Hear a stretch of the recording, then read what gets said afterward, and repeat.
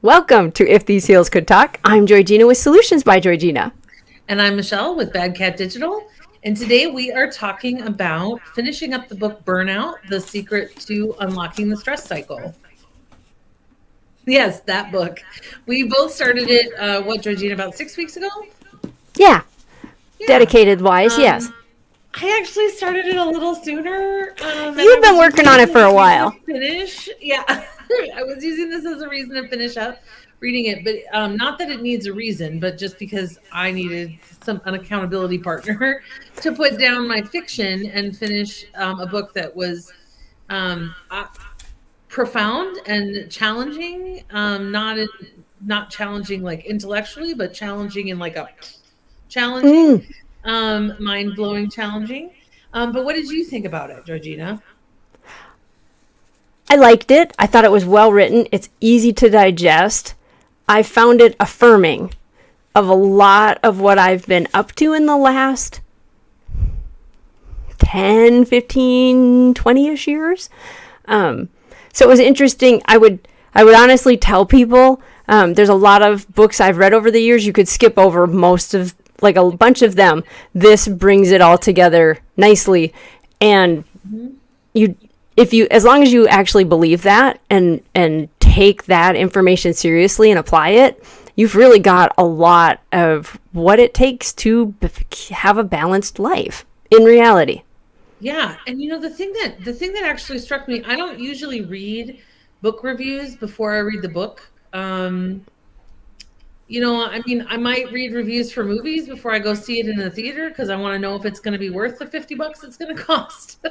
Right. But I don't for books. I tend to go based on the recommendations of people that I admire, that I know, that I respect.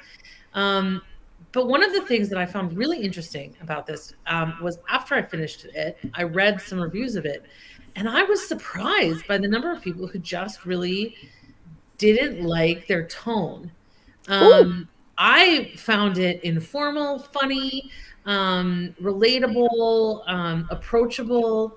But a lot of people, and a lot of, if their online profile names are to be believed, a lot of women found it unprofessional or whiny or too casual.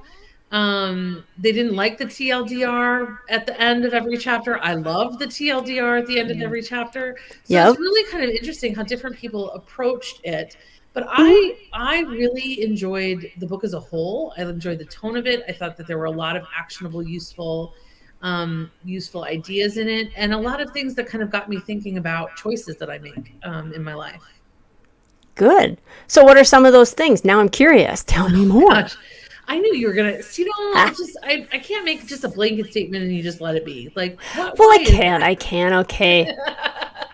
Here, I'll help you out. There's a really good thing right near the beginning. She says, signs you need to deal with stress. And I do think people forget this. This was really good. I wrote them down.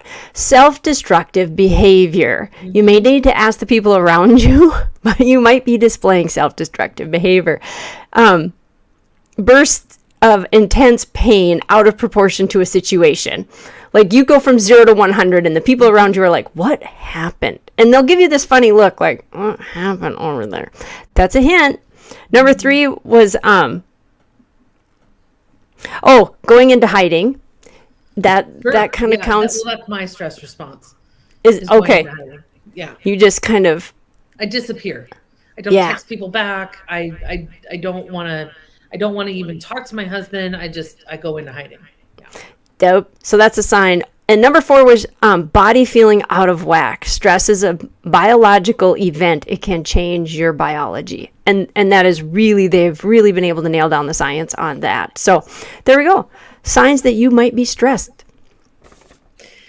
Well, the signs that you might be stressed. I mean, I knew I was stressed when I started reading the book, but I think what I didn't really kind of fully grasp was how you move through stress in order to get rid of it, right? Mm-hmm. That you can't ignore it, that you can't just push it aside, that you can't, get an extra 20 minutes sleep, that it's not about that.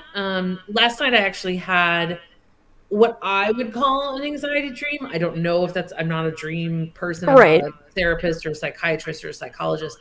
But I had this dream that I was in a place I shouldn't have been with people I wasn't supposed to be with, not doing anything wrong, not saying that. Right. But I was missing meetings and my phone was only showing ads and I couldn't get my phone to work. So you Like it felt wouldn't trapped. work. It wouldn't turn off and on again. It wouldn't go. It was just ad after ad after ad and I couldn't get through them to call anybody to tell them that I was late or this or that.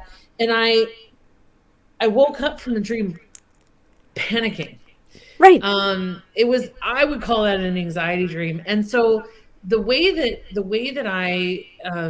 tools that I learned in Burnout will help me identify, or have helped me identify and understand, okay, you can't just lay in bed and pretend that that didn't happen. You need to deal with that. Like, what do I do? What do I do that's different? I walked around a little bit. I got out of my own head. I checked my phone and, right? Like, I processed through some of it. And, you know, it took 20 minutes, but it saved me 3 hours of laying there trying to sleep, which never would have happened in that kind of panicked state. And now that I'm kind of passed through it, now I can think about it and I can be like, what triggered that? Where was that? Where did that come from? Yeah.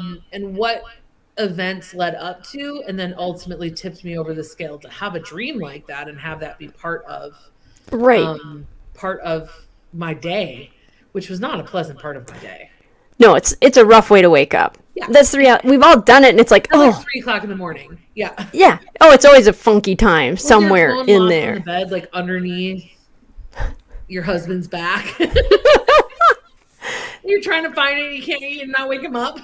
Right? You're like, I'm just. So maybe the thing I should take from it is that I shouldn't fall asleep with the phone in the bed with me. Like that's maybe a little much. That might be it. It again, like I said, it was reaffirming for me. So when I did the PTSD work with a couple of professionals a few years ago, one of the research items I came across was something called TRE, trauma response. Oh, yeah. What does that stand for? Yes, and what it does is it teaches you. The guy uses it. It's become huge. There are lots of trainers. I actually have an online training with a gal. That's how I learned how to do it myself. But it's a way to literally cause your body and all of the muscles to complete the stress cycle. So trauma releasing exercise. There we go. Trauma releasing exercise. Yeah. And it's quite interesting once you get out of your head. Like the first few times you're totally in your head, and so your body reacts, but you're still like, this is really weird when your legs are just shaking and your arms are, it's I won't lie, I thought it was really weird, but I would say it was also very relaxing afterwards. And it was very apparent to me that all of that stress that had been building up in my muscles that I'd been carrying around possibly for years, I was finding a way to get it out. And I learned to apply that when I was coming out of stressful situations, just like animals do. They wander around and they shake. That is them getting rid of that toxicity from within their muscles, like moving it out. Yeah, I think it's really interesting. And I also, I know, and I kind of intellectually knew that stress comes out in your body if it can't come out any other way. Like it'll come out at the worst possible time in the worst possible way, unless you let it out when you need to, right? Yes. And so I know stories, and we've talked on the podcast before about people who pushed themselves too far, who got really sick, or their body just wouldn't maintain. And it's, it's part of, I'm a huge West Wing fan, and there's a great scene toward the end of the series where the president's wife, who's a cardiologist, talks to the chief of staff and says, do you know what the kind of stress we live under does to our bodies? And she's taking downers, basically. She's taking drugs to kind of relax herself and to release the stress. And he looks very concerned, and she's like, do you have any idea what this does to your heart, to your, and and I think about that. I think about that when I'm really feeling under the gun, or I'm really feeling under it. Like, this is not a long-term sustainable way of life. No. And the last few years for some people may be causing them to feel more stress. Maybe not everybody, but Yeah. I Yeah, think some people. yeah, I think that not only are we dealing with new patterns, not only are we dealing with new needs, not only are we dealing with discourse that isn't really discourse, it's really and we're dealing with misinformation in a variety of ways, whether we're leaning into it or not, we're still handling it in Mm-hmm. some way. And we're all kind of in that space, and that, I would liken it to everybody's wick is just a little shorter. Yeah. Right? We all live closer to the edge of that stress response, Yes. because we're inundated with stressors, and so all of these things, from the news to, is school going to be canceled tomorrow or not, all of those things are stressors. And so to have them just constantly pervasive in our lives, it, of course it's impacting people's mental health, and of course it's impacting their work. Mm-hmm. And their physical health. Like it's Absolutely. all of that thing. And they talk about that as one thing that's not overly talked about, that's sprinkled in throughout the book, is like this is kind of how this looks, or how it presents as it's not dealt with, as it shows up. In particular, they have one gal that they talk about, and she was frustrated with her life and wanted to change a few things. And so she was supposed to list the things that frustrated her the most. And it turned out one of them was her husband.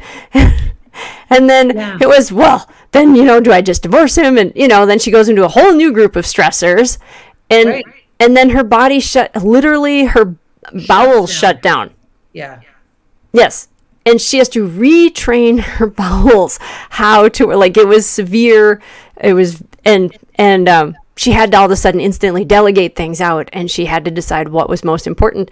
And it turned out one of the things she realized is her husband was pretty good at a lot of things, and she relied on him for more than she thought, and their relationship was different than she had noticed before. And she was also learning to let go of perfect. We talked about that recently. Mm-hmm. So they interweave nice.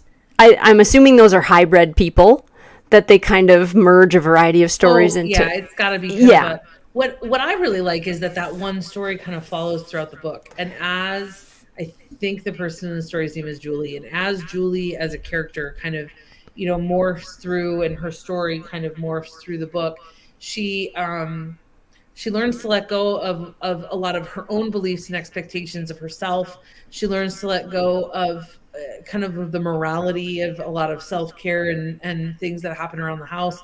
She learns to trust and rely on her partner. And in learning to trust and rely on her partner, he learns how difficult these things are that he's kind of been taking for granted, how much harder it is to deal with Spirit Week at school and making sure that their daughter's got the right color t-shirt every day, or whatever. Yeah. Right. That it's not just about throwing in a load of laundry. It's about remembering what needs to get done. And that's a perfect spot right there about one thing that they talk about a lot, which is the human giver syndrome. That's something that throughout the book is woven in, about the human giver syndrome. Believing it is a moral obligation. These are symptoms of it. Believing it's a moral obligation that you do these certain things. Any failure to be pretty, happy, calm is a failure. Right. Not achieving on that. Believing failure means you deserve to be punished, that it's a punishable offense. Yep. And believing that there is no syndrome. Right. And so it was very interesting. There was the human being syndrome, and then there was the human giver syndrome. And they really kind of focused on the human giver syndrome because that's what they see a lot of in people. Well, in women especially. And we want to be clear. This book was written by women, primarily for women, and it's not apologetic about that. Reading the reviews of the book, they really are focused on some of maybe what people would consider more critical ideas around feminism, around the language of feminism. And not everybody, and not every woman, that doesn't appeal to everybody. It doesn't connect with everybody, and there's nothing wrong with that. I think one of the things that I really connected with human giver syndrome was, I don't know if you remember, but early, maybe a year and a half ago or so, we had a podcast about kin keeping, and this pressure that I felt at the beginning of my marriage to connect with and make sure that my husband was connecting with his own family. And so I was, putting pressure on myself to deal with gifts and birthday schedules, and there was a lot more members of his family than there was of mine. And it was, when I was starting the business, it was a big stressor. And one day I just woke up and I'm like, why am I doing this? If it doesn't matter to him, why does it matter to me? So you'd gotten trapped in the human giver syndrome. Yeah. Totally. And I also realized and recognized that my mother-in-law, my husband's mother, totally expected that of me. And that I was going to be doing that from that point on, and was providing me with that information, and so I was responding to kind of her, my perception of her expectations. And he never really felt those expectations that way. I don't think she had those expectations of him. I think she had those expectations of me. And she would say things to me like, are you going to get him some nice sweaters, or where are you going to find him some clothes? And I'm sitting here going, he's a grown man. Why would that's a perfect example, though, of how we as women pass that on. Right. Absolutely. She was totally projecting on. Right. It's this expectation that, and I'm sitting here going, I don't have time for this. I don't want to deal with this. I'm not his mother, and he doesn't want me to deal with this either. The paradigms of our relationship do not include my buying him clothes. No. Or, they do include my reminding him to get his hair cut, but I'm not going to make his appointment for him. I'm just going to say, dude, you need a haircut. Right. That's the limits in the paradigm of our relationship. Right. And you have to negotiate that. She doesn't necessarily need to be involved. Right. She probably, for the most part, shouldn't. And that's the that's the thing. I think that had I been younger when we got married, or I would have responded to that in a completely different way. And I don't think I would have been able to really even articulate it. And now that we've been married 5.5 years, I can, I have a great relationship with my mother-in-law. This isn't a criticism of her at all. No. But I can say, oh yeah, I don't do that. Exactly. And not to him. I don't believe, for the most part, anybody means to project that on to the next generation, or to give that off. It's how it's been. And so all of a sudden you're going to do something different, and I'm not really sure. So I'm going to push a little bit. Maybe you need to just conform. And that we can work on that was one of the things they did talk about, is we need to not be doing that to each other. That was actually one of the additional things that they talked about. I think that would fall under the bikini. Just like you say. Yep. I don't need to should on myself, and I don't need to should on you. Exactly. I was careful to articulate that very closely so that Apple doesn't take that for the wrong thing. No, that is good. I'm trying to think of what else there were a variety of things that stood out. The book isn't that long. I appreciated that. They didn't go too far. They give you strategies to deal with things. There are worksheets if you want them. There was a PDF that accompanied my audiobook. That was nice. I printed that out. They talk a little bit about the bikini industry complex and understanding your body and your relationship and the shoulds that you are putting on yourself about that, and how they've my takeaway from that was the fact that the body mass index, the BMI chart, was created by 9 people. Yeah. 7 of them were employed by weight loss clinics. And I think, if I remember correctly, all were men. That I don't recall. I didn't have that in my notes, so it could be. But I had the other part because I was like, well, that explains so much. A male body fat ratio. Right. It was originally created, yes. Yes. So here's something that I am challenging my team with this week, and that I'm challenging myself with this week, is a question that I don't ask enough, and it's a question about recognition, right? And so it ties into kind of what we were talking about in terms of shoulds and shouldn'ts, but what are you working on that you wish somebody noticed? Ooh, interesting. And so the larger question, as I kind of stated it, was really, what do you want to be recognized for? What do you want people to see? And I don't want people to see. I don't think, and I don't want people to look at me and say, I want to be recognized because she can pick out a great sweater for her husband. That is not what I need to be spending my time on, to be worried about, to be anxious about, to cause conflict over, because frankly, he doesn't like sweaters. And if I tried to force him into that, we would have a problem. Right. And so why should I cause conflict around something I don't need to? But there's a lot of reasons that that's uncomfortable. It's uncomfortable to ask that question. It's uncomfortable to answer the question. And I think part of it is because we have this thing in our heads that, like, if I say I'm proud that I did something, it'll be like I'm bragging about it. Or even if you really cared about me, you would notice without me having to ask, which is, I think, way dangerous, right? Because it's shitting all over somebody. Yes. And anybody in any kind of, successful long-term relationship will tell you that this, like, the worst possible thing you could do. You have to make your needs known in order to get them met. So if you don't ask the question and you don't know the answer, or you can't answer the question, or somebody asks the question and you can't answer it, or nobody bothers to ask the question, but you also don't bother to say what the answer is, then how can you expect to get that recognition? You aren't. And then you get frustrated, and then we go down these things. And then you have, right? So as we look at some of these things and some of this burnout, so much of it is preventable with communication. Absolutely. I would say that was probably one of the biggest things I took away from this is just, I need to continue to make communication a key element in my goals of improving on, because I'm a human being and I was raised by other human beings, and I've lousy communication quite often. And I can see boundaries and communication. It's all coming back to boundaries and communication. Yeah. And being able to say, I don't care. He can wear whatever he wants. Not my thing. I barely care what I wear on a day-to-day basis. Right.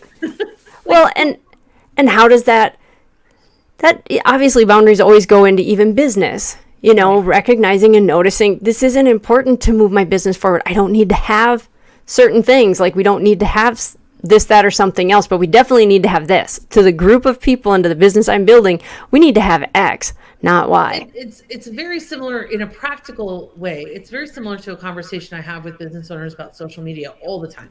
They'll say to me, like, should I have this channel, or should I get this, or should I get that? And I say, are you going to consistently maintain it? Is it your audience? Is it something that is going to drive revenue for you? Is it something that should be your time spent on it? Or should you hire somebody to spend time on it? If you're not willing to hire somebody to spend time on it, why would you be willing to spend time on it?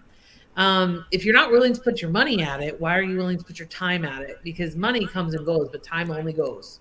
Right? Yes. So as the question becomes, should I?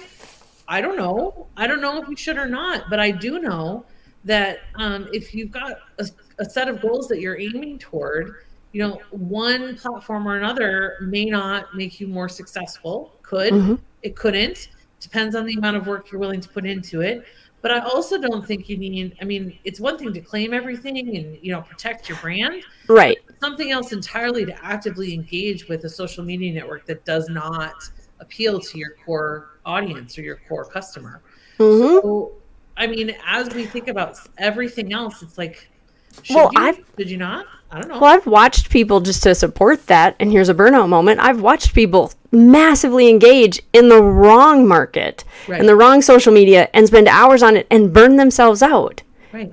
And be frustrated and be like, nobody's noticing, nobody's buying, it's not. And I'm like, you're in the wrong place. Like, you literally parked in the wrong parking lot. You're nowhere near the building. Right. Like, you need to move the car, and we need to get to the right city, because you're not even in the right city. Yeah. And it gets complicated. I got a question about recruitment and retention the other day from somebody who was really struggling, and she was struggling to hire new graduates from college. And a lot of colleges are using kind of the same recruitment app. Mm-hmm. I won't say its name out loud. Mm-hmm. But a lot of colleges are using the same kind of job platform. Mm-hmm. But the thing is that the colleges are using it. That doesn't mean the students are using it. Right. Right. So a college might identify and a software because they don't want to run and manage their own career center the same way, or they don't want to manage a career website. So when employers contact them and say, hey, I've got a job to post, how do I get in front of your students? They may say, here, use this app. Mm-hmm. That doesn't mean the students are using it. Yep. And if you remember college, I don't know if because when I was in college, there was an actual physical board with notices. Yes, on I was saying, I had a board. There was a list. I remember watching it go up to 200 job offers, 300, and I'm like, yeah. And it was all like direct sales, and like babysitting jobs. Like there was nothing. And mine was directly substantive on it, right? So as students, we just stopped using it, and now all of a sudden we're going to the classifieds. We're going to, now we'd be going to Indeed. We'd be going to Facebook jobs. We'd be going to LinkedIn. We'd be going to, and so, the question was, how do I get noticed on this app? And my answer was, I don't know if you really care. Mm-hmm. You got to figure out if they're there. Yeah. No, that's always a thing. So my conclusion was I felt like the time and energy I put into reading Burnout was worth it. It applied to a variety of things. Like I said, it was affirming, if nothing else, for me to be like, I'm on the right track on a few more of these things. And then it added additional data to that. And I found that really valuable. So it was well worth my time. So if you're feeling a little overwhelmed, frustrated in your life and thinking burnout sounds like me, this book might resonate for you. It might resonate for you, but I will tell you, you're going to want to be able to connect with the language around third wave feminism. You're going to want to connect with, be able to connect with talking about non-binary gender, talking about, you're going to want to be comfortable in those spaces, at least reading about those spaces. And if you're not comfortable in those spaces, then find this information about the stress response in a different way, in a different format. Because what we're talking about is incredibly important. And it spoke to me and it spoke to you in this format, but that doesn't necessarily mean that it's the only format the information is available in. I would agree. It doesn't mean that it's the only format that's valuable or valid or has, it's more important that you can connect with it so you can internalize it. We can get into the getting your support for third wave feminism on another day. Yes, we can. Thank you for joining. It's really advanced here. Yes. Thank you for joining us at If These Heels Could Talk. We've had a great time chatting with you today and sharing with you what we've read. We hope you've gained a little bit of insight, got a little new knowledge, and hey, are ready to tackle a few new things today. Thanks so much. Thank you. Bye, everybody.